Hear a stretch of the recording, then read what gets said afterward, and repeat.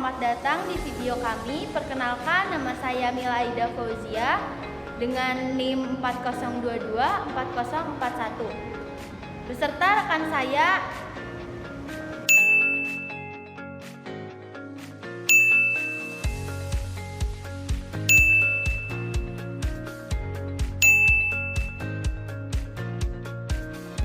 Pada kesempatan kali ini, kita akan menyajikan sebuah wawancara menarik bersama wali kelas SD Negeri Bangbayang 2 dari kelas 1 sampai kelas 6 yang akan membagikan pengalaman serta wawasan seputar pembelajaran bahasa Indonesia.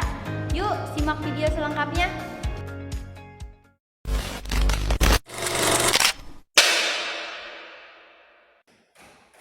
Sebelumnya, terima kasih banyak sudah bersedia meluangkan waktunya. Wawancara ini saya lakukan sebagian dari tugas kuliah untuk mengetahui lebih dalam tentang proses pembelajaran bahasa Indonesia di sekolah dasar. Termasuk kendala yang dihadapi serta strategi yang digunakan oleh guru. Kalau berkenan, saya ingin mengajukan beberapa pertanyaan, boleh? Menurut Ibu, apa saja kesulitan yang biasanya muncul dalam proses pembelajaran bahasa Indonesia di kelas itu?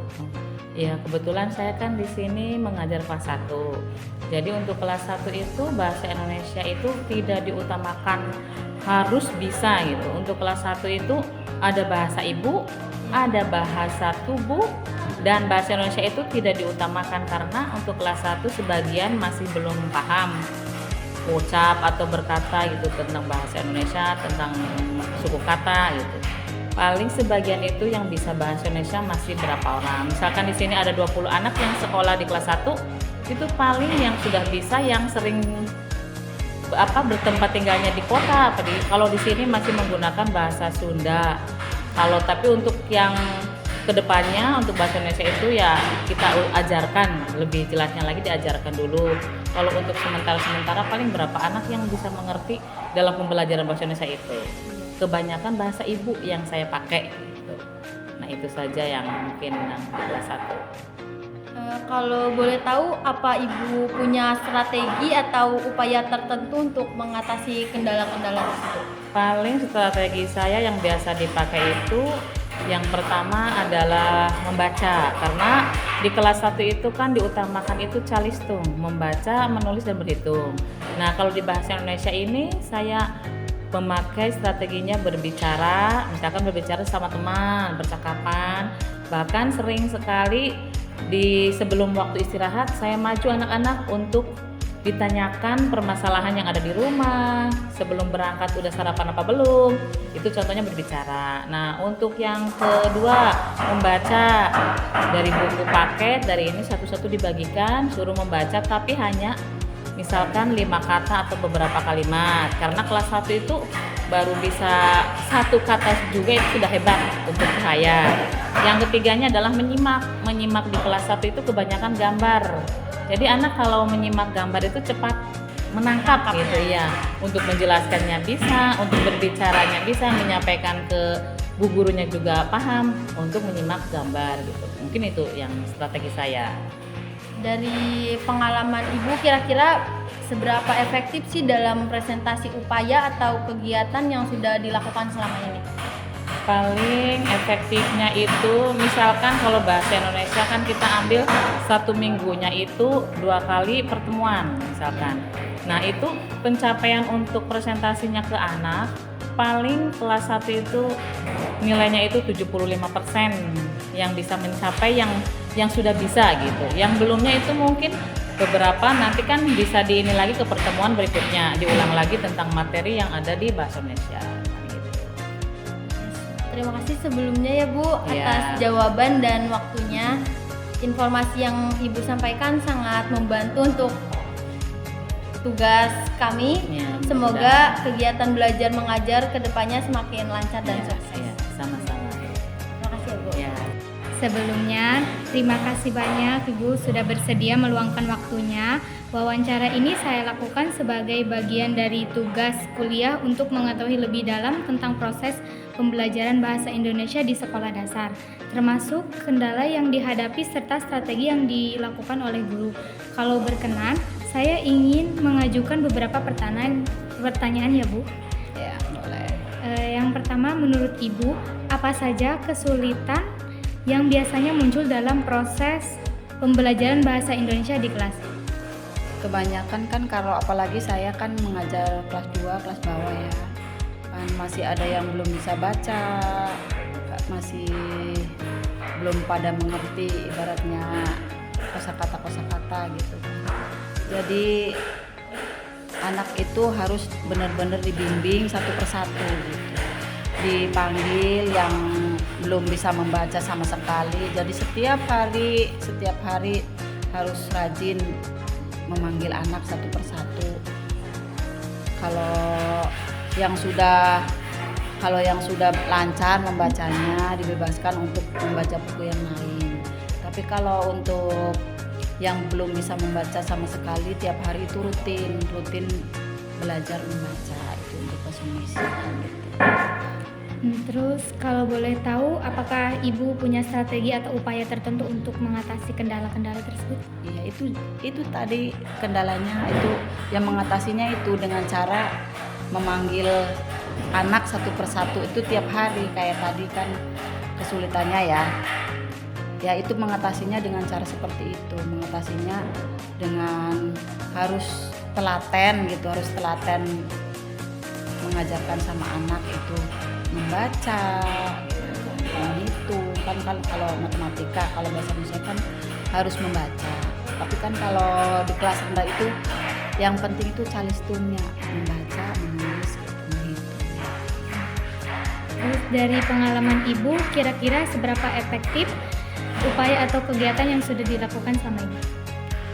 Ya sekitar 80-90% lah, karena kan kebanyakan ada beberapa anak yang belum bisa mengikuti gitu kan. Kalau kayak yang belum bisa membaca otomatis tidak bisa mengikuti gitu kan, cuma ibaratnya mendengarkan gitu kan karena belum lancar membaca gitu kan. Sekitar seperti itu berapa persen. Terima kasih banyak Ibu atas jawaban dan waktunya. Iya. Informasi yang Ibu sampaikan sangat membantu dan bermanfaat untuk tugas saya. Semoga kegiatan belajar mengajar kedepannya semakin lancar dan Iya. sukses. Amin, terima kasih. Terima kasih. Selamat pagi Ibu.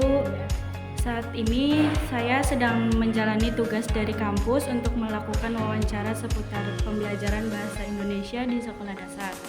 Boleh ya, saya bertanya beberapa hal terkait pengalaman Ibu dalam mengajar. Dalam bahasa Indonesia ya. Jadi saya kebetulan mengajar di kelas 3. Kendalanya yang sering saya alami yaitu yang pertama kurangnya minat dari siswa untuk belajar bahasa Indonesia ini. Terus yang kedua itu mungkin ada pengaruh bahasa ibu ya, karena di sini bahasa ibunya itu bahasa Sunda. Jadi siswa itu kesulitan dalam mengucapkan bahasa Indonesia dan juga kesulitan untuk memahami apa yang guru sampaikan gitu. Lalu apakah Ibu memiliki upaya atau strategi untuk mengatasi permasalahan tersebut? Upaya yang saya lakukan yaitu yang pertama tentunya memberikan motivasi kepada siswa, terus memberikan metode dan media pembelajaran yang lebih menarik supaya siswa juga lebih termotivasi, lebih ada keinginan untuk belajar di bahasa Indonesia ini. Dari upaya atau strategi yang telah dilakukan tersebut, kira-kira berapa persentase efektifnya menurut Ibu? Presentasi efektifnya sekitar 80%. Cara itu berhasil untuk meningkatkan efektivitas kemampuan siswa. Terima kasih banyak Ibu sudah bersedia meluangkan waktunya untuk saya.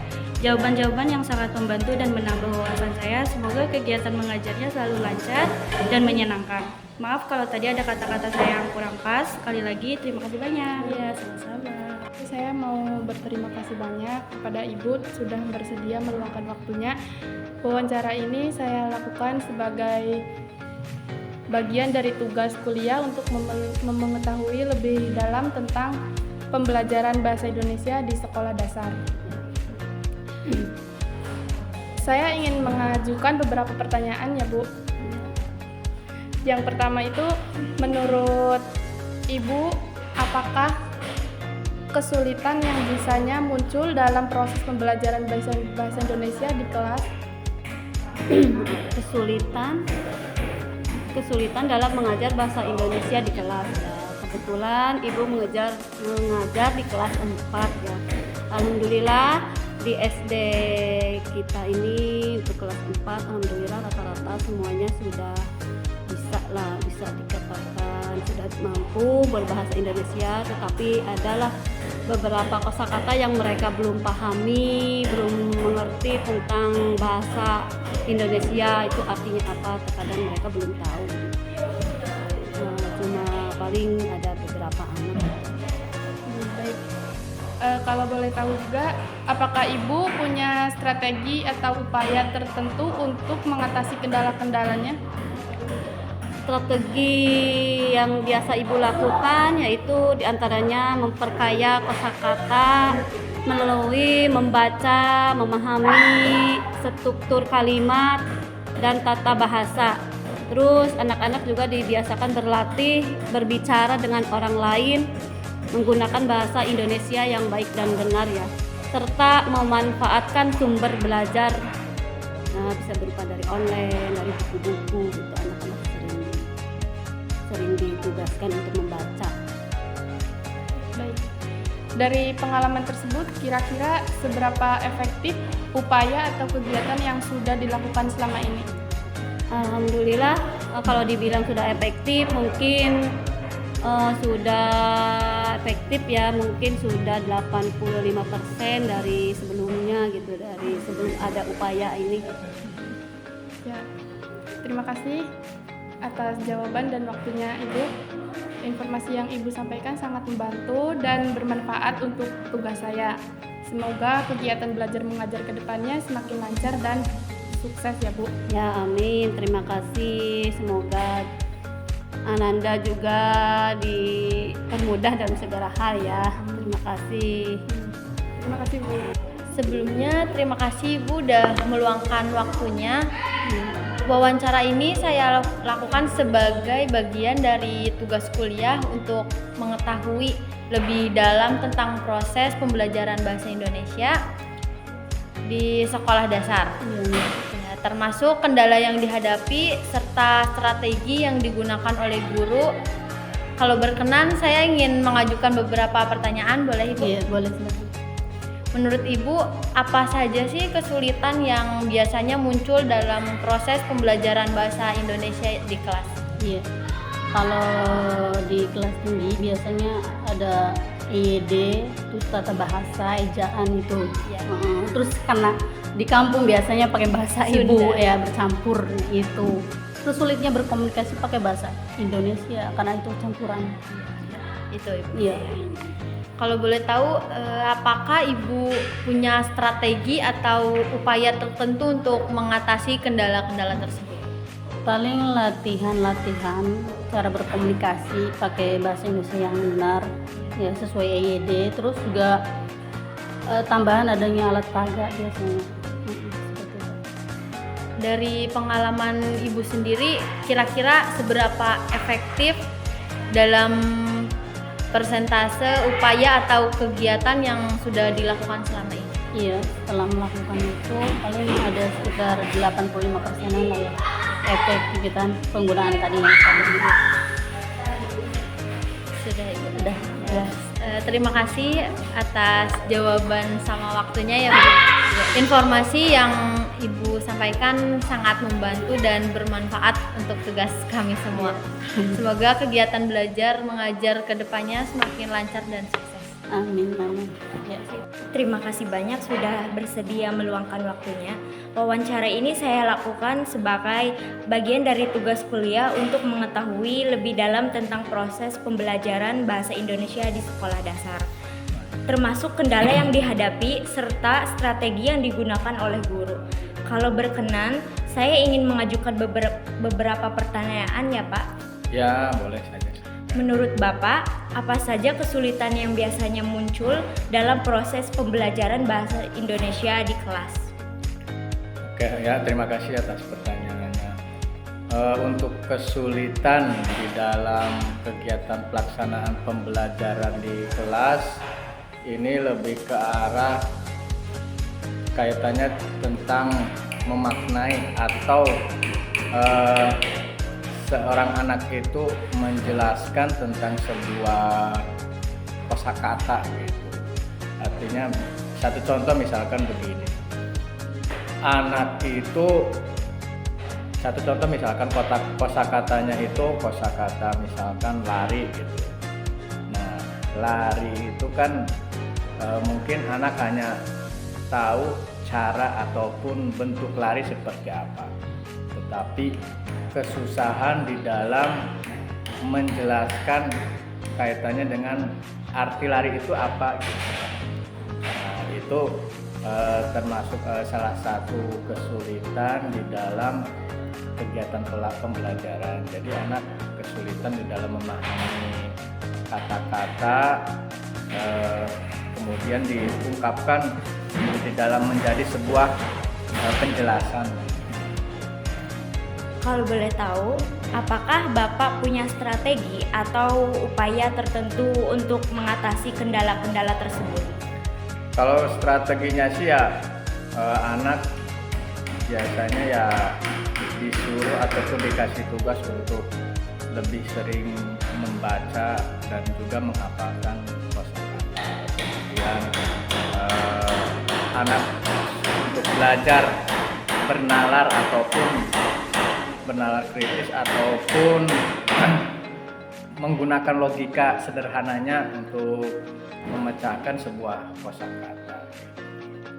Dari pengalaman Bapak, kira-kira seberapa efektif upaya atau kegiatan yang sudah dilakukan selama ini?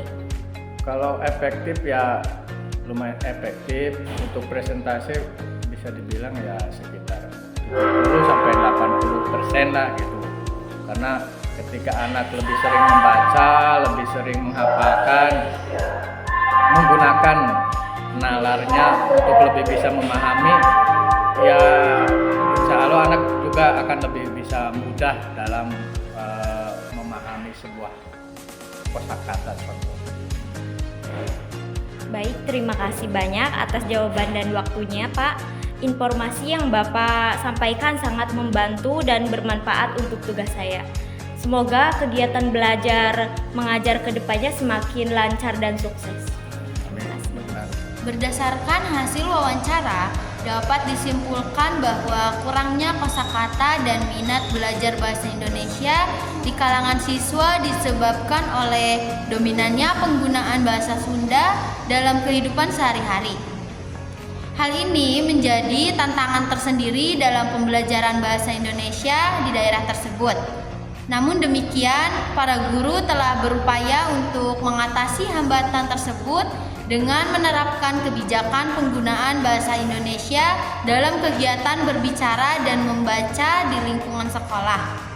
Upaya tersebut cukup membuahkan hasil terlihat dari tingkat efektivitasnya pembelajaran bahasa Indonesia yang mencapai 70-80%. Meskipun demikian, dibutuhkan strategi tambahan yang lebih inovatif dan berkelanjutan untuk semakin meningkatkan minat serta kemampuan bahasa Indonesia siswa. Terima kasih telah menyaksikan wawancara kami hari ini.